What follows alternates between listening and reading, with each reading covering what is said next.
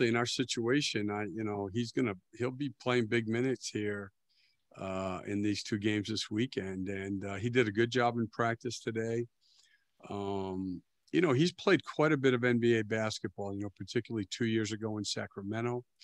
I've talked to other people who've coached him who really like him. Obviously, he had a terrific career at Kansas. And just being around him, you can tell, feel for the game. I think that he'll pick things up quickly. And, again, I mean, they say you never know a player until you coach him, but he did a very good job today. Josh Robbins, The Athletic.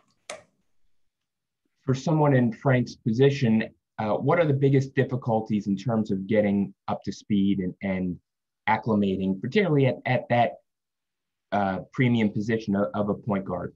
No, that's the point, Josh. I think is the point guard position is, obviously more difficult because he has to run the team. He has to organize the team. And we did today, we had a good practice and we did a ton of defense. But we also did quite a bit of half-court offense, and we'll do some more tomorrow morning. And he'll have a smaller package, obviously, for this first game. And he's going to have to do what everybody else is. He's going to have the ability to sit, watch the game, and pick things up that way too. Back to Dan Savage, OrlandoMagic.com. If you touched on a little bit there, but there's some unique things you do with Terrence Ross. Does that alter his game plan, or is that part of, what you emphasized in those half-court packages today?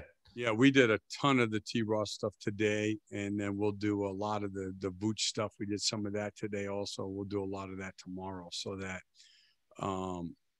you got to get to the things that you run the most. And obviously those two guys in Everett are the guys that we're playing to the most right now. Josh Robbins, The Athletic. Steve, is there a way that maybe James Ennis can get a little bit more involved, considering that the team is so injury ravaged? Can he give you more than what he's giving already? I don't think, it's interesting because I talked to him today. See, look, playing well is all about playing to your strengths, and he's a defender. He's an energy player. He's a runner. He's a cutter. He's a 35% career spot up shooter. And, but I think that the way that he helps us play better, what I taught to him today, and he was great today in practice, is as a defensive organizer, creating even more off his defense. I think that sometimes, Josh, what happens, and it happens with a lot of these guys, is, he's here for a certain reason. He's a defender. Again, he's a tough guy. He's a runner, cutter, and a spot-up shooter. And that's what he needs to play to play best. I mean, it's just the way it works. Play to your strengths. Stay away from your weaknesses. There are more guys that go from being like solid players to not very good players because they got people telling them you got to expand your game. And it just doesn't work that way. I mean, it's not,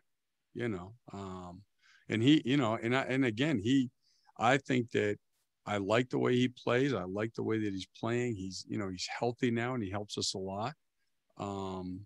But he's going to do it by, again, accentuating those things that he does well already.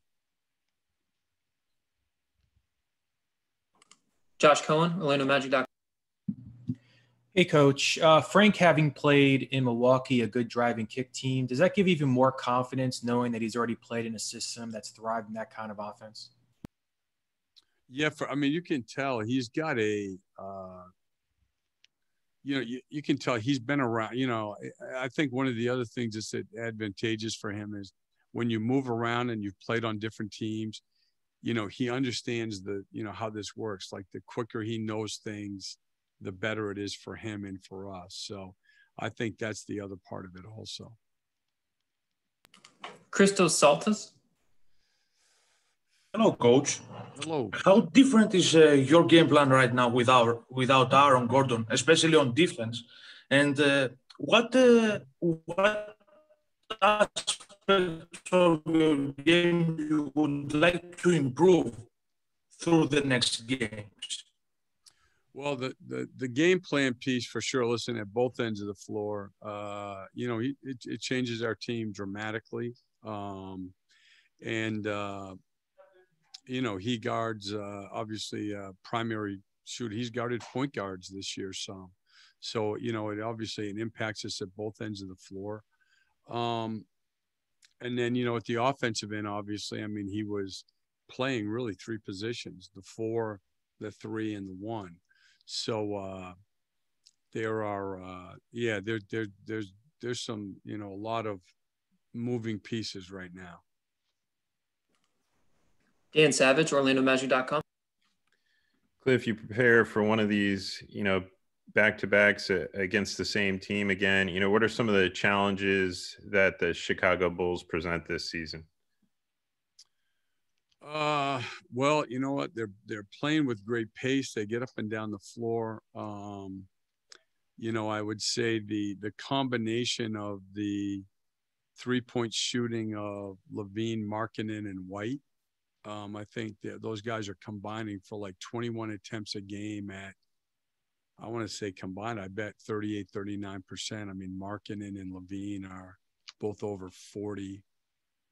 I think White's around 36, 36.5. So they're playing fast. They're doing a lot of cutting options, which we spent a lot of time on today. And, you know, they're versatile, you know, within their lineup, especially with the front line where they can play bigger or they, you know, they downsize. You know, Thaddeus Young is playing some 5. Markkanen plays a little bit of 5. So there's different lineups that you have to be able to adjust to. Did you have a follow-up, Dan? Yeah, Cliff, how are you doing on the injury front? Was Michael Carter-Williams or any of the other guys able to make any progress? Chief has, and I, you know, we feel like he's a lot closer, Farouk, and I think MCW is, you know, since his setback, he's got some things to do, but Lindsey feels a lot better about where Chief is at, and you know, we're hopeful that he may be able to, you know, to play on the West Coast trip. Last question will go to Josh Cohen, OrlandoMagic.com. Hey, Coach, how well do you know Billy Donovan, and what have been your impressions of him ever since he came over from college, obviously with the Thunder at first and now with the Bulls? Yeah, I know Billy pretty well, actually. I got to know him when I was with the Knicks. You know, he's very close with both Jeff and Stan Van Gundy, and he came up once for a few days. That's when he was the coach at Florida. When we were in lockout here, Coach Malone and I and Adam Glessner drove over a couple of times and watched them practice.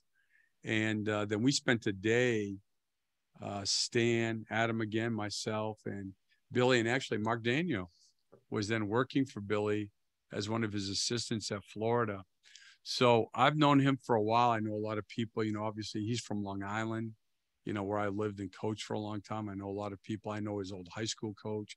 And we talk on the phone. And he's a terrific coach. I mean, obviously what he did in college, what he's done in the NBA. And his teams play intelligently. There's great purpose of play. And I think he does a great job of, you know, like the things he's doing offensively here are much different than the things he was doing last year in Oklahoma City, and they fit his personnel well. Thank you for your time, Coach. Thank you.